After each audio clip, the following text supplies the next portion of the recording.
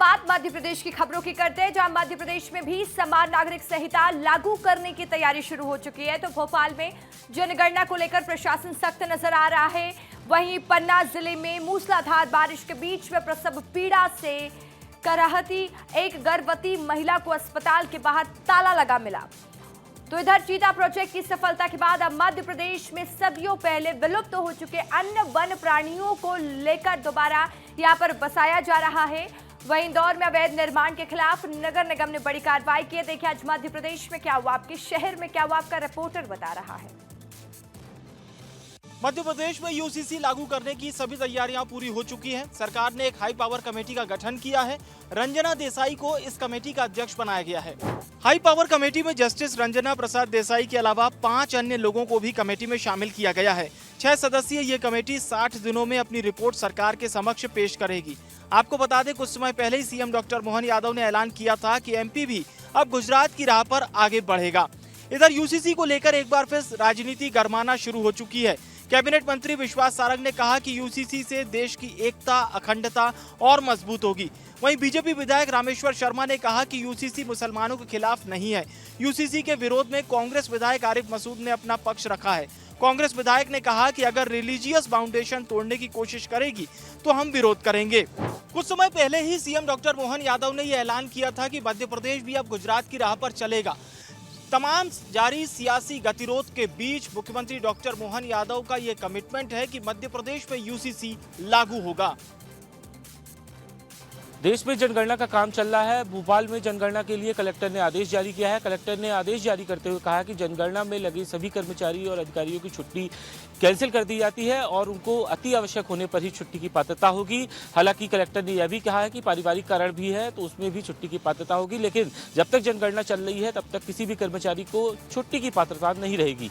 Bhopal collector Priyank Mishra ने आदेश जारी करते हुए 1 मई से 30 मई तक जनगणना कार्य में लगे कर्मचारियों की छुट्टी पर प्रतिबंध लगा दिया है। दरअसल 1 मई से जनगणना के तहत मकान सूचीकरण और गिनती का काम शुरू होने वाला है, जो पूरे महीने चलेगा। इस बड़े अभियान में भोपाल जिले के 6000 से अधिक कर्मचारी और अधिकारी तैनात किए जाएंगे। प्रशासन का कहना है जनगणना एक महत्वपूर्ण राष्ट्रीय कार्य है, इसलिए इसमें किसी भी प्रकार की लापरवाही बाधा न आए, इसके लिए फैसला लिया गया। हालांकि यह आदेश सिर्फ उन अधिकारियों कर्मचारियों पर लागू होगा जो सीधे तौर पर जनगणना से जुड़े हुए होंगे। अब देखना दिलचस्प होगा कलेक्टर के आदेश का कितना पालन होता है और जनगणना में किस तरीके से काम होना है, क्योंकि ये तय डेडलाइन तय की गई है कि जनगणना का काम समय सीमा पर पूरा होना चाहिए। मध्य प्रदेश में अब प्याज पर सियासत शुरू हो गई है। दरअसल कैबिनेट मंत्री ज्योतिरादित्य सिंधिया के गर्मी वाले प्याज वाले नुस्खे पर अब बयानबाजी का दौर शुरू हो चुका है।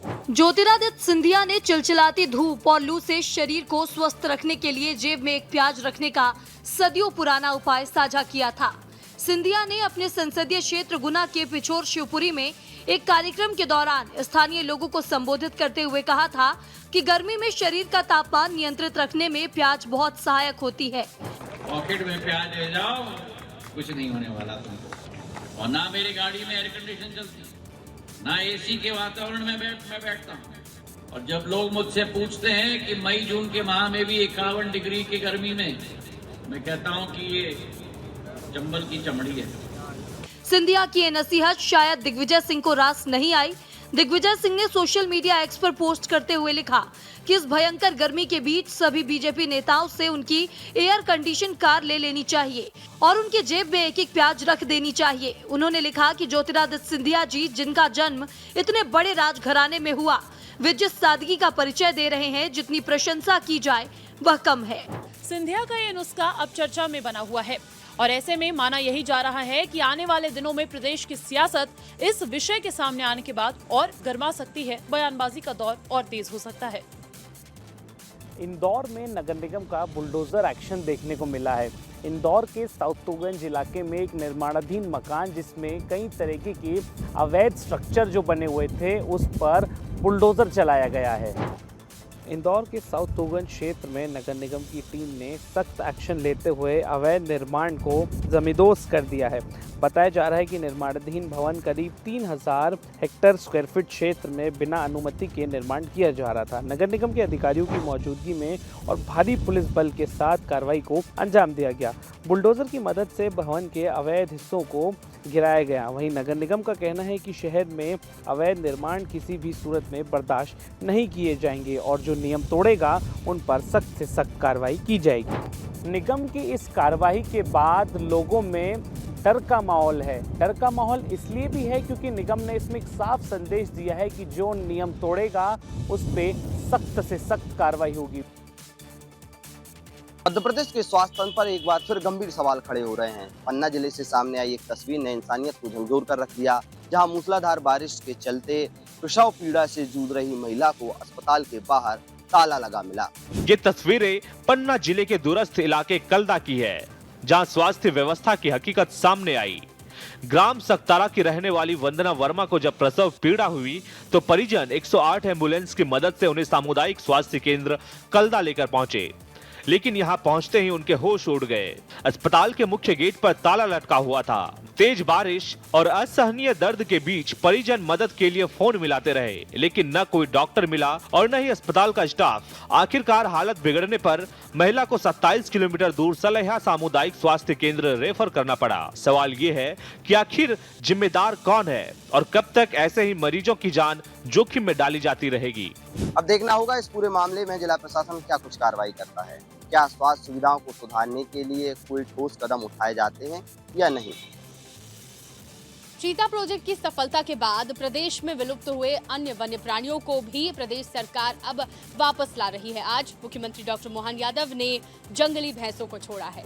मुख्यमंत्री डॉक्टर मोहन यादव मंगलवार को बालाघाट जिले में कान्हा टाइगर रिजर्व के सूपखार क्षेत्र में कांजीरंगा असम से आए जंगली भैंसों को घास के मैदान में रिलीज किया। देर रात भैंसों के 2 जोड़े विशेष वाहन से कान्हा पहुंचे। सीएम इन्हें विशेषज्ञों की मौजूदगी में कान्हा के घास के लंबे चौड़े मैदान प्राकृतिक आवास में छोड़ा गया। वन्यजीव संरक्षण के लिए सरकार की ये पहल काफी खास है। प्रोजेक्ट के अंतर्गत कुल 50 जंगली भैंसे को चरणबद्ध तरीके से कांजीरंगा से एमपी लाया जाएगा। बता दें कि असम से एमपी के कान्हा तक के सफर के दौरान विशेषज्ञों की टीम पूरे समय मौजूद रही। सीएम डॉक्टर मोहन यादव ने जंगली भैंसों के मध्य प्रदेश की धरती पर 1 शताब्दी बाद लौटने को लेकर जानकारी देते हुए लिखा कि आज एमपी एक और उपलब्धि हासिल कर रहा है।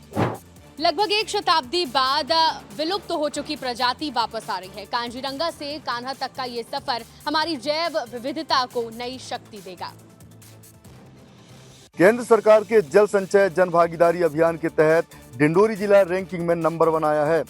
जल शक्ति मंत्रालय के मुताबिक डिंडोरी जिले को रैंकिंग में प्रथम स्थान मिला है। मध्य प्रदेश के आदिवासी बाहुल्य डिंडोरी जिले ने जल संरक्षण के क्षेत्र में एक नई मिसाल कायम की है।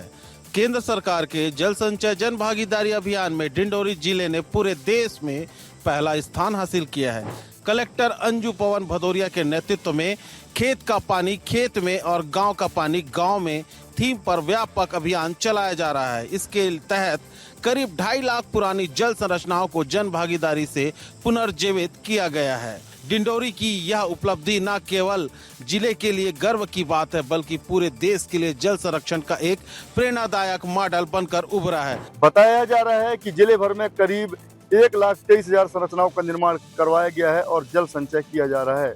अनिल साहू, विस्तार न्यूज, डिंडोरी।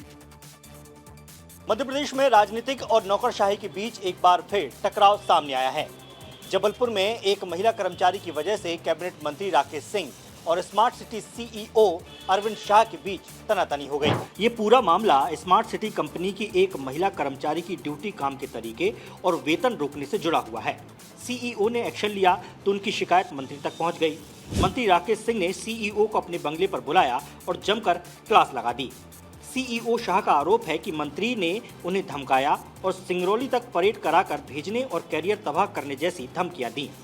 इसकी लिखित शिकायत उन्होंने आईएएस एसोसिएशन के माध्यम से चीफ सेक्रेटरी तक पहुंचा दी है। बताया जाता है कि सीएम ने हस्तक्षेप किया और मंत्री राकेश सिंह से बात भी की है। दोनों पक्षों ने अपनी बात रखी और मामला शांत हो गया था। वहीं इस मामले पर आईएएस अरविंद शाह ने भी कुछ भी बोलने से इनकार कर दिया है। मध्य प्रदेश में ये पहला मामला नहीं है जब राजनीतिक और नौकरशाही आमने सामने आए हैं। आईएएस एसोसिएशन ने इस मामले पर चिंता जाहिर की है कि मध्य प्रदेश में लगातार अधिकारियों के साथ बदसलूकी की घटनाएं चिंताजनक हैं। कैमरामैन नवीन के साथ दुर्गेश कुमार, विस्तार न्यूज। राजधानी भोपाल में लोधी समाज का बड़ा कार्यक्रम आयोजित हुआ है, जिसमें प्रदेश के मुख्यमंत्री डॉक्टर मोहन यादव शामिल हुए। दरअसल यह कार्यक्रम जम्बूरी मैदान में आयोजित हुआ, जहां पर स्वतंत्रता संग्राम सेनानी हृदय शाह लोधी को नमन किया गया। जम्बूरी मैदान में आयोजित हो रहे इस शौर्य यात्रा में बड़ी संख्या में लोग सम्मिलित हुए हैं।